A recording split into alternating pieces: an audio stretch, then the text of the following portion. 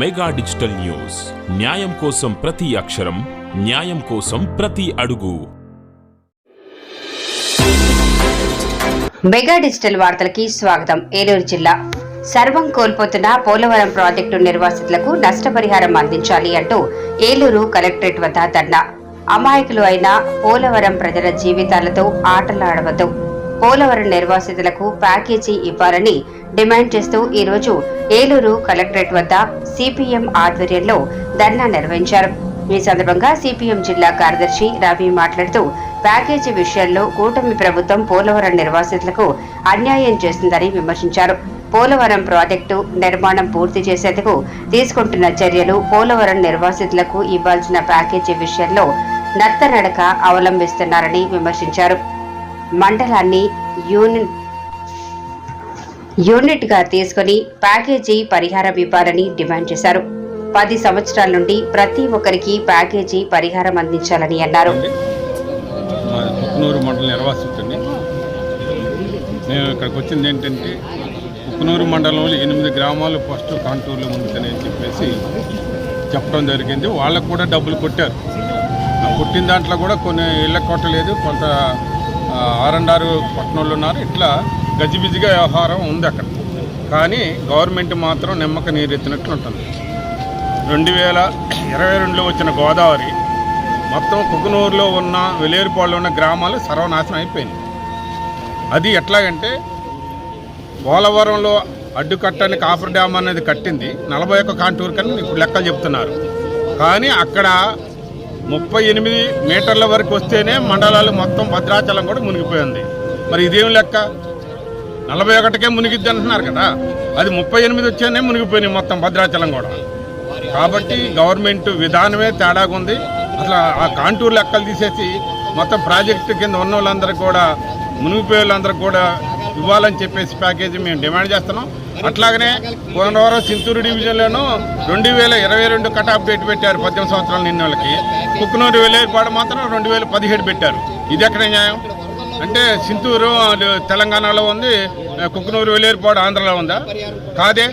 2 కూడా ఉన్న డివిజన్లు కూడా ఆంధ్రలోనే ఉన్నాయి. అక్కడ ఒక విధానం, ఇక్కడ ఒక విధానం. అది విధానం ఏంటో చంద్రబాబు గారికి అర్థం కావట్లేదు, మాకు అర్థం కావట్లేదు, మాకు అర్థం కావట్లేదు. కాబట్టి ఏంటంటే, ఇక్కడ చేసే అధికారులు మొత్తం కలెక్టర్ గారికి కూడా దృష్టికి తీసుకురావాలని, మేమందరం కూడా నిర్వాసితులకు వచ్చి మండలాన్ని యూనిట్కి తీసుకోవాలని, పెళ్ళైన ఆడపిల్లలకి డబ్బులు ఇవ్వాలని, అట్లా 18 సంవత్సరాల కట్ ఆఫ్ డేట్ లేకుండా ఇప్పుడు ఎప్పుడైతే డబ్బులు ఇస్తారో అప్పుడు మాకు ఇవ్వాలని చెప్పేసి మేము డిమాండ్ చేస్తున్నాం. అట్లాగనే కొనవారంలో 22కి ఇచ్చారు, కానీ మాది 17 అంటున్నారు. ఆ 17లో కూడా డబ్బులు ఇచ్చుంటే ఇప్పుడు అడిగేవాళ్ళం కాదు. అప్పుడు నోటిఫికేషన్ 17 ఇచ్చారు, డబ్బులు మాత్రం 25లో జనవరిలో వేశారు. మరి ఇది ఎక్కడ న్యాయం? ఇంత గవర్నమెంట్లు మోసం చేస్తున్నాయి. కాబట్టి ఈ విధానాన్ని మేము ఖండిస్తున్నాం. కాబట్టి మండలాన్ని యూనిట్కి తీసుకుని మొత్తం మాకు డబ్బులు ఇవ్వాలనేది మేము డిమాండ్ చేస్తాం. ఏలూరు జిల్లా కార్యదర్శిని. ఈరోజు పోలవరం నిర్వాసితుల సమస్యలు పరిష్కారం చేయాలని కలెక్టర్ గారిని కోరడం కోసం ఈ ధర్నా నిర్వహిస్తున్నాం. పోలవరం మన ఆంధ్రుల జీవనాడిగా ప్రభుత్వాలన్నీ చెప్తా ఉన్నాయి. నిర్వాసితుల త్యాగాల పునాదుల మీదే ఈ ప్రాజెక్ట్ నిర్మాణం చేస్తున్నామని చెప్తున్నారు.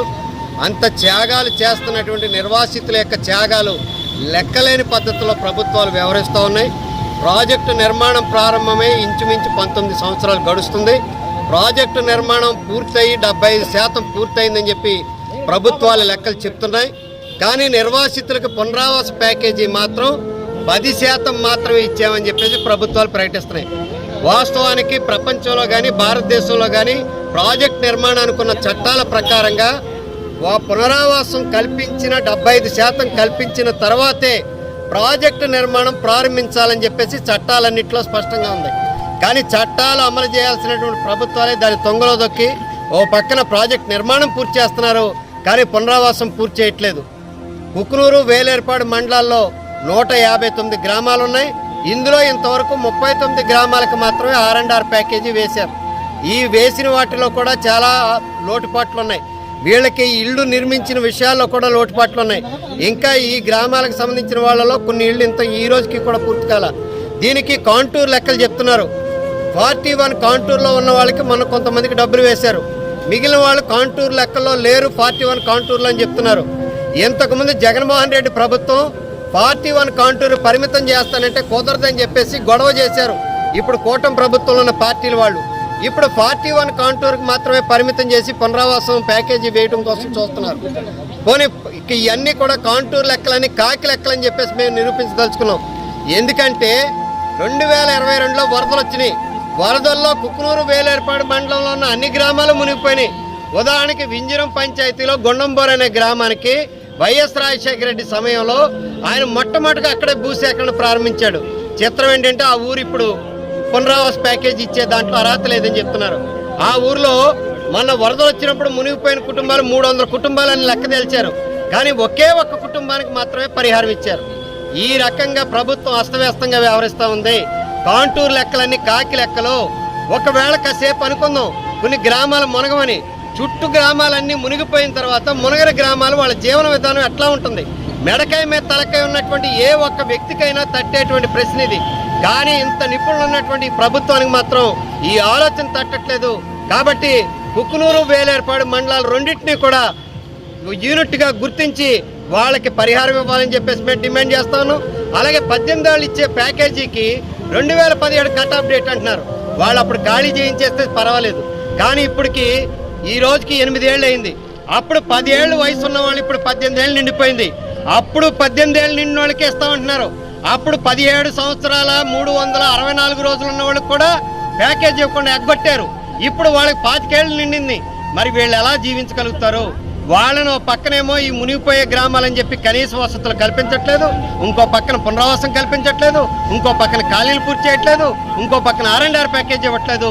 కాబట్టి ప్రభుత్వాలు మారుతున్నాయి కానీ కాంట్రాక్టులకు బిల్లు ఇస్తున్నారు కానీ నిర్వాసితులు త్యాగజీవులకు వాళ్ళు ఇవ్వట్లేదు. ఏకనైనా ఇమ్మని చెప్పేసి మేము ఈ ప్రభుత్వాన్ని డిమాండ్ చేయడం కోసం ఈరోజు మేము ఇక్కడికి వచ్చాం. మెగా న్యూస్ టీం న్యాయం కోసం ప్రతి అక్షరం, న్యాయం కోసం ప్రతి అడుగు.